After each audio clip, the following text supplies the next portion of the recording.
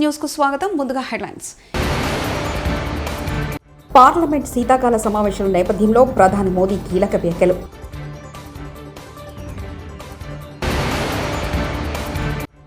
ఆదాని పెట్టుబడులపై సీఎం రేవంత్ కీలక నిర్ణయం.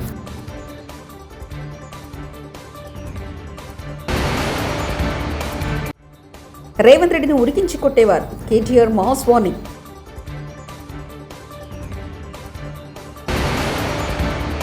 ఢిల్లీలో పార్లమెంట్ సమావేశాలకు సైకిల్ మీద వెళ్లిన విజయనగర టీడీపీ ఎంపీ కలిశెట్టి అప్పలనాయుడు.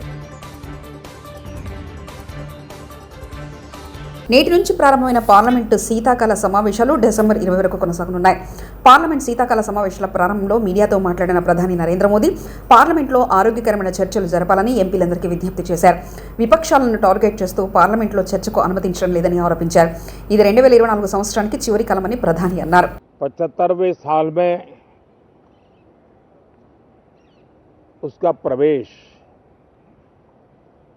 ये अपने आप में लोकतंत्र के लिए एक बहुत ही उज्जवल अवसर है और कल संविधान सदन में सब मिलकर के इस संविधान के 75वें वर्ष की उसके उत्सव की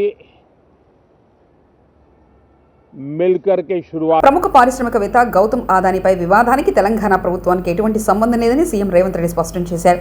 అంబానీ, ఆదానీ, టాటా ఎవరికైనా తెలంగాణ రాష్ట్రంలో వ్యాపారం చేసుకునే హక్కు ఉందన్నారు. సోమవారం హైదరాబాద్లోని సీఎం రేవంత్ రెడ్డి విలేకరులతో మాట్లాడుతూ ఆదానీ ఇచ్చిన 100 కోట్లు ముఖ్యమంత్రి మంత్రులకు ఇచ్చినట్లు దుష్ప్రచారం చేస్తున్నారని మండిపడ్డారు. స్కిల్ యూనివర్సిటీకి ఆదానీ ప్రకటించిన 100 కోట్లు స్వీకరించకూడదని తమ ప్రభుత్వం నిర్ణయించిందని ఈ సందర్భంగా ఆయన ప్రకటించారు. స్కిల్ యూనివర్సిటీకి 100 కోట్లు బదిలీ చేయవద్దని ఆదానీ సంస్థకు తెలంగాణ ప్రభుత్వం తరఫున లేఖ రాసిందని సీఎం రేవంత్ రెడ్డి తెలిపారు. లేదు కాబట్టి దయచేసి మీ 100 కోట్ల రూపాయలను యంగ్ ఇండియా స్కిల్స్ యూనివర్సిటీకి బదిలీ చేయొద్దు అని చెప్పి విస్పష్టంగా వారికి లేఖ రాయడం జరిగింది. రాహుల్ గాంధీ గారు కూడా విస్పష్టంగా ఒక అంశాన్ని ప్రస్తావించారు. చట్టబద్ధంగా, రాజ్యాంగబద్ధంగా రాష్ట్ర ప్రభుత్వాలు కానీ కేంద్ర ప్రభుత్వాలు కానీ ఏదైనా అంశంలో టెండర్లు పిలిచినా, ఏదైనా అంశంలో పెట్టుబడులు పెట్టడానికి అవకాశాలు కల్పించినా అందరికీ సమానమైన అవకాశాలు, అందరూ పోటీ పడే విధంగా నిబంధనలను తయారు చేసి నిబంధనల మేరకు టెండర్లను నిర్వహించి అందులో ఎవరు ఆ టెండర్లలో రాణిస్తే వాళ్లకు కాంట్రాక్ట్లు ఇవ్వడం కానీ, లేదా ఏదైనా పనులను కేటాయించడం కానీ, ఏదైనా విషయాలతో అదానీనే కాదు అంబానీ కావచ్చు, టాటా కావచ్చు, బిర్లా కావచ్చు, ఈ దేశంలో ఉండే ఏ సంస్థలకైనా రాజ్యాంగబద్ధమైన రక్షణ ఉంటుంది, వాళ్ళు పెట్టుబడులు పెట్టడానికి అవకాశం ఉంటుందని రాహుల్ గాంధీ గారు వివరించడం జరిగింది. అయినా అల్లు అర్జున్ పుష్ప 2 సినిమా మీద ఎంతమంది దుష్ప్రచారం చేసినా దాన్ని చూడకుండా ఎవడూ ఆపలేడు. గతంలో జూనియర్ ఎన్టీఆర్ సినిమాను కూడా ఆపాలనుకున్నారు, కానీ ఆపలేకపోయారు. అందరినీ తలదినే విధంగా అల్లు అర్జున్ వెళ్లడంతో కొంతమందికి బాగా జలసిగా ఉందంటూ అంబటి రాంబాబు వ్యాఖ్యానించారు. నందమూరి తారక రామారావు గారి కుటుంబం జూనియర్ ఎన్టీఆర్ సినిమాను చూడకుండా బహిష్కరించాలని ప్రయత్నం చేశారా? ఆపగలిగారా? అట్లాగే ఇప్పుడు ఆయన పేరు అల్లు అర్జున్ గారి సినిమాని ఆపాలని ప్రయత్నం చేస్తే ప్రజలు చూడరు. బాగున్న సినిమా ఏదైనా చూస్తారు. అరే రాజ్బాబు హీరోగా యాక్ట్ చేసిన సినిమా బ్రహ్మాండంగా చూసామా మేము? సినిమా బాగుంటే, ఎన్టీ రామారావు గారి సినిమాలు బాగోకపోతే ఫ్లాప్ అయినాయండి. ఏం చెప్తాం? సినిమా బాగుంటే ఎవరైనా చూస్తారు. అరచేతిని అడ్డు పెట్టి సూర్యకాంతిని ఆపలేరు.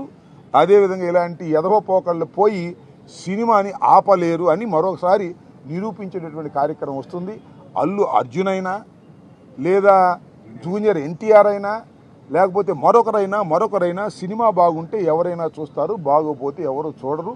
నాకు తెలిసి అందరూ ఉవ్విళ్ళూరుతున్నారు. పుష్ప 2 చూద్దాం, దానిలో ఎంత బ్రహ్మాండంగా ఉంటుందని అందరూ ఎదురు చూస్తున్నారు.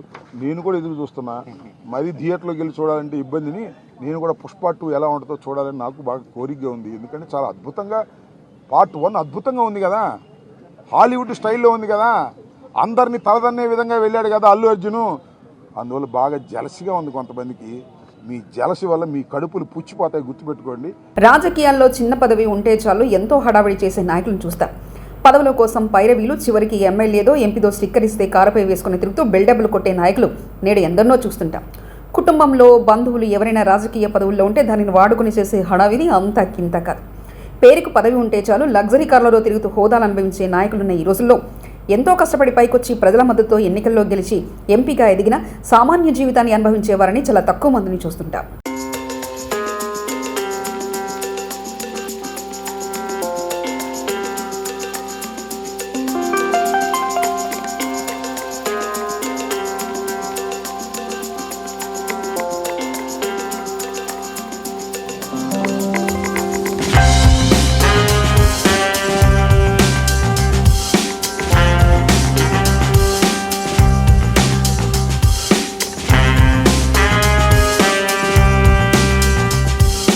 తెలంగాణ ఉద్యమాన్ని మానుకోట ఘటన మలుపు తిప్పిందని బీఆర్ఎస్ వర్కింగ్ ప్రెసిడెంట్ మాజీ మంత్రి కల్వకుంట్ల తారక రామారావు తెలిపారు. కొత్త నియంత సీఎం రేవంత్ రెడ్డికి బుద్ధి చెప్పేందుకు మానుకోట గడ్డ సిద్ధమైందని హెచ్చరించారు. సీఎం సొంత నియోజకవర్గంలో నిరసనలు ఎదుర్కొంటున్నారని చెప్పారు. రేవంత్ రెడ్డి ప్రభుత్వాన్ని కుకటివేలతో పెకిలించే వరకు తాము పోరాడతామని చెప్పారు. రేవంత్ అల్లుడికి ఫార్మా కంపెనీ అప్పగించేందుకు రైతులు భూములు గుంజుకుంటున్నారని కేటీఆర్ ఆరోపించారు. ఇది వాస్తవం. ఎందుకు ఎక్కే విమానం దిగే విమానం ఢిల్లీకి పోవాలి రావాలి 28 సార్లు వేయండు, 28 రూపాయలు కూడా తేలేకపోయిండు. అట్లాంటి ముఖ్యమంత్రి ఈరోజు సొంత నియోజకవర్గంలోనే ఈరోజు తిరుగుబాటును ఎదుర్కొంటా ఉన్నాడు. ఎందుకంటే మీకు తెలుసు, ఇదే భారతదేశంలో ఈయన కంటే నేను చాలా గొప్పవాడిని అనుకునే నరేంద్ర మోడీనే, భారత ప్రధానమంత్రినే సంవత్సరం పాటు రైతులు ఆందోళన చేస్తే ఆ నల్ల చట్టాలు వెనుకకు తీసుకోక తప్పని పరిస్థితి. అది రైతుల పవర్ భారతదేశంలో. ఇలా రైతులతోనే పెట్టుకున్నాడు రేవంత్ రెడ్డి. చిన్న సన్నకారు రైతులు బక్కజిక్కిన ప్రాణాలు వాళ్ళతోని ఇలా జులుం చేసే ప్రయత్నం చేస్తా ఉన్నాడు. ఎన్ఎస్యుఐ అధ్యక్షుడు ఎడవల్లి వెంకటస్వామిని మార్చాలంటూ నిరసనకు దిగిన ఎన్ఎస్యుఐ కార్యకర్తలు ఎన్ఎస్యుఐ జాతీయ అధ్యక్షుని పర్యటనకు ముందు బగ్గమన్న వర్గపోరు. రేపు తెలంగాణ పర్యటనకు రానున్న ఎన్ఎస్యుఐ జాతీయ అధ్యక్షుడు వరుణ్ చౌదరి నిరసన వెనుక ఓ వర్గం నేత హస్తం ఉన్నట్లు పెద్ద ఎత్తున నడుస్తున్న చర్చ. రామ్ గోపాల్ వర్మ ఇంటి వద్ద హైడ్రామా చోటు చేసుకుంది. రామ్ గోపాల్ వర్మ ఇంటికి చేరుకున్న మద్దిపాడు పోలీసులు నేడు మద్దిపాడు పోలీస్ స్టేషన్లో విచారణకు హాజరు కావాల్సిన రామ్ గోపాల్ వర్మ తన లాయర్తో విచారణకు హాజరు కాలేనంటూ ఏపీ పోలీసులకు సమాచారం ఇచ్చిన ఆజీవి ఇప్పటికే ఓసారి విచారణకు డుమ్మా కొట్టడంతో అరెస్ట్ చేసేందుకు సిద్ధమైన పోలీసులు రామ్ గోపాల్ వర్మ ఇంటి బయట వెయిట్ చేస్తున్న ఏపీ పోలీసులు.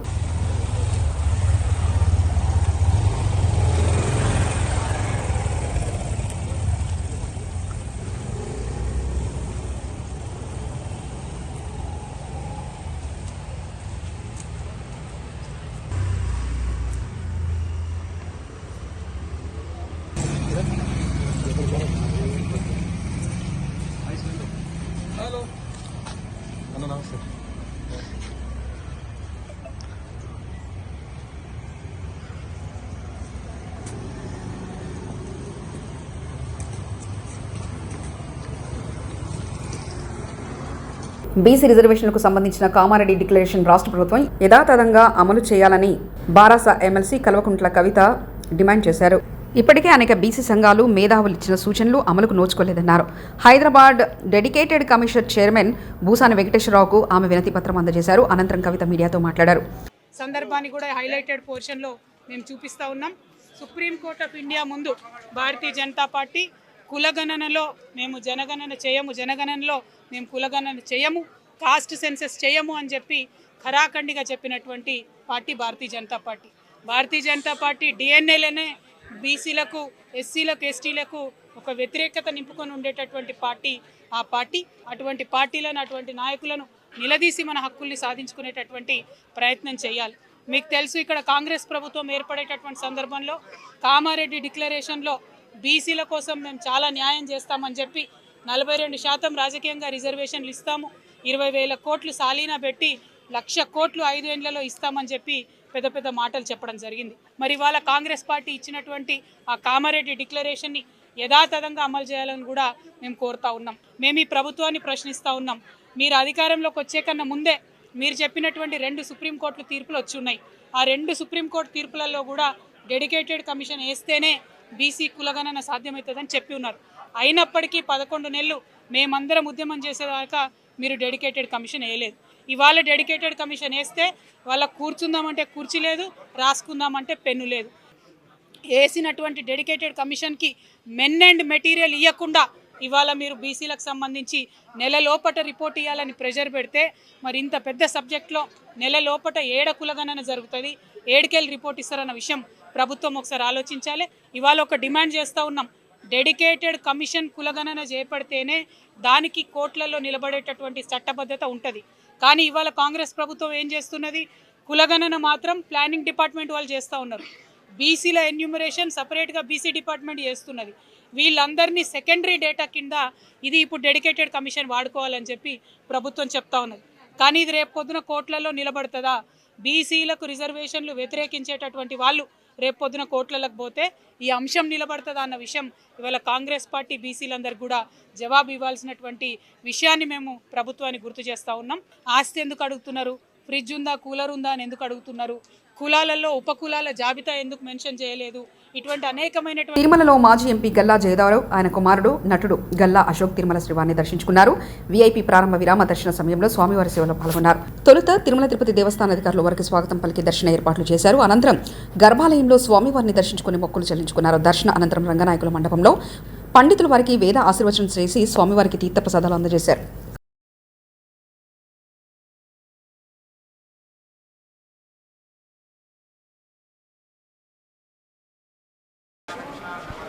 అందరికీ నమస్కారం. ఈరోజు తిరుమల వెంకటేశ్వర స్వామి ఆశీస్సులు కోరుకుంటూ నేను మా అబ్బాయి పెద్ద అబ్బాయి అశోక్ గల్లా ఈరోజు దర్శనం చేసుకొని వచ్చాము. అశోక్కి భక్తి చాలా ఎక్కువ ఉంటుంది, దేవుడు అంటే చాలా ఇష్టం కాబట్టి ప్రతిసారి ఇక్కడికి వస్తూ ఉంటారు. నేను కూడా ఆయనతో వచ్చాను ఈసారి. అట్లాగే ఈ వారం ఆయన సినిమా దేవకి నందన వాసుదేవ డివైన్ థ్రిల్లర్ అనుకోవచ్చు, అది రిలీజ్ అయింది. కొన్ని కారణాల వల్ల కొంచెం స్లో అయినా రోజు పికప్ అవుతూ ఉంది. చాలా మంచి సినిమా, నేను కూడా చూశాను. మా అబ్బాయి అని కాదు కానీ యాక్టింగ్ అయినా డైరెక్షన్ అయినా స్టోరీ అన్నీ బాగుండాయి. చాలా ఎంటర్టైనింగ్ థ్రిల్లర్ అని నేను అనుకుంటున్నాను కాబట్టి అందరినీ చూడాలని కోరుకుంటున్నాను. మంత్రి వస్తేనే కళ్యాణలక్ష్మి చెక్కుల పంపిణీ అని అధికారులు సమాధానం చెప్పడం సరైన పద్ధతి కాదని కుకట్పల్లి ఎమ్మెల్యే మాధవరం కృష్ణారావు విమర్శించారు. తాను రావడం ఇబ్బంది అయితే అధికారులే పంపిణీ చేయాలని చెప్పారు. కానీ లబ్ధిదారులను ఇబ్బంది పడితే ఊరుకునేది లేదని హెచ్చరించారు. మంగళవారం ఉదయం 11 గంటల వరకు పంపిణీ చేయకపోతే తహసీల్దార్ కార్యాలయం వద్ద ధర్నా చేస్తామని హెచ్చరించారు. ఎంఆర్ఓని రిక్వెస్ట్ చేశాను, మీరు నిరుపేదలు, వాళ్ళు ఎన్నో అవసరాలు ఉంటాయి, వాళ్ళ కష్టాలు ఉంటాయి, ఇచ్చేయండి తొందరగా. అలాట్మెంట్ వచ్చిన తర్వాత 24 గంటల్లో ఇచ్చేటటువంటి సంస్కృతి ఇప్పటిదాకా ఉండేది. ఆ కళ్యాణ లక్ష్మి చెక్కులు దగ్గర పెట్టుకొని మంత్రి వస్తాడు, మంత్రి వచ్చినాక ఇస్తాడన్నటువంటి చెప్పుకుంటా దాటేస్తూ ఉన్నారు. ఇది ఎమ్మెల్యే గారు మీ చేతుల మీదుగానే కళ్యాణ లక్ష్మి మీద షాద్ ముబారక్ అనేది గతంలో ఉంది, ఇప్పుడు ఉండాలి. ఎందుకంటే ఎమ్మెల్యే గారు సిగ్నేచర్ పెడితేనే శాంక్షన్ ఇస్తారు మీరు. అటువంటిది ఇలా మీరు ఎంత దుర్మార్గంగా నిరుపేదలకు ₹1,00,000 కళ్యాణ లక్ష్మి చెక్కులు వచ్చి ఉంటే కూడా ఇవ్వలేనటువంటి పరిస్థితులు మీరు ఉన్నారంటే నిరుపేదలు ఏ రకంగా పుట్టగొట్టుకుంటున్నారు అనేది ఇదే నిదర్శనం. 550 కళ్యాణ లక్ష్మి చెక్కులు, షాద్ ముబారక్ చెక్కులు ఉంటే నిరుపేదలు నా ఇంటి చుట్టూ తిరుగుతున్నారు. నేను ఎంఆర్ఓని అడుగుతున్నాను, కలెక్టర్ని అడుగుతున్నాను, ఆర్డీఓని అడుగుతున్నాను. ఎంత చెప్పినా ఇవాళ రేపు మంత్రి గారు టైం ఇస్తలేడు, ఆ టైం ఇస్తలేడు, ఈ రకంగా దాటేస్తూ పోతా ఉన్నారు. నేను ఒకటే అడుగుతా ఉన్నాను గవర్నమెంట్ గారు, ముఖ్యమంత్రి గారిని. ఒక ఎమ్మెల్యేను 72,000 మెజార్టీతో గెలిపించి కుక్కట్పల్లి ప్రజలు నాకు నేను కళ్యాణ లక్ష్మి చెక్కులు ఇచ్చేటప్పుడు, షాద్ ముబారక్ చెక్కులు ఇచ్చేటప్పుడు వాళ్ళకి భోజనం పెట్టి 24 గంటల్లో చెక్కులు ఇచ్చే సందర్భాలు ఉన్నాయి. ఈ కళ్యాణ లక్ష్మి ఇచ్చిన నుంచి ముఖ్యమంత్రి గారు కేసీఆర్ గారు పెట్టినటువంటి స్కీమే నిరుపేదలకు అదొక మంచి అవకాశము, వాళ్ళ పెళ్లిలకు ఉపయోగపడుతుంది, అప్పులు చేస్తారని చెప్పి బాధపడుకుంటూ ఆ రోజు ₹1,00,000 కళ్యాణ లక్ష్మి చెక్కులు ఇవ్వమని చెప్తే మీరు ఇవ్వకుండా నేను రోజు నుంచి కుకుడుపల్లి కాన్ఫరెన్స్లో ఆపడం అనేది దుర్మార్గమైన విషయం. రెండోది, మీరు ఇంకా తులం బంగారం ఇస్తామన్నారు. ఆ తులం బంగారం పక్క పెట్టినా కూడా ఆ ₹1,00,000 అనుకున్నటువంటి ప్రభుత్వం ఇచ్చినటువంటి ₹1,00,000 కూడా మీరు ఇవ్వకుండా నిరుపేద ప్రజలను ఇబ్బంది పెడుతున్నారు. నేను మళ్ళా మీకు రిక్వెస్ట్ చేస్తా ఉన్నాను, ఎలక్ట్రానిక్ మీడియా ద్వారా నేను రాకమంటే రాను, కానీ మీరు నిరుపేదలకు. పార్లమెంట్ శీతాకాల సమావేశాల నేపథ్యంలో ప్రధాని మోదీ కీలక వ్యాఖ్యలు.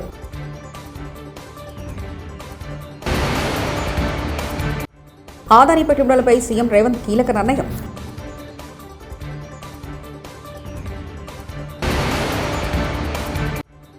రేవంత్ రెడ్డిని ఉరికించి కొట్టేవారు. KTR mass warning.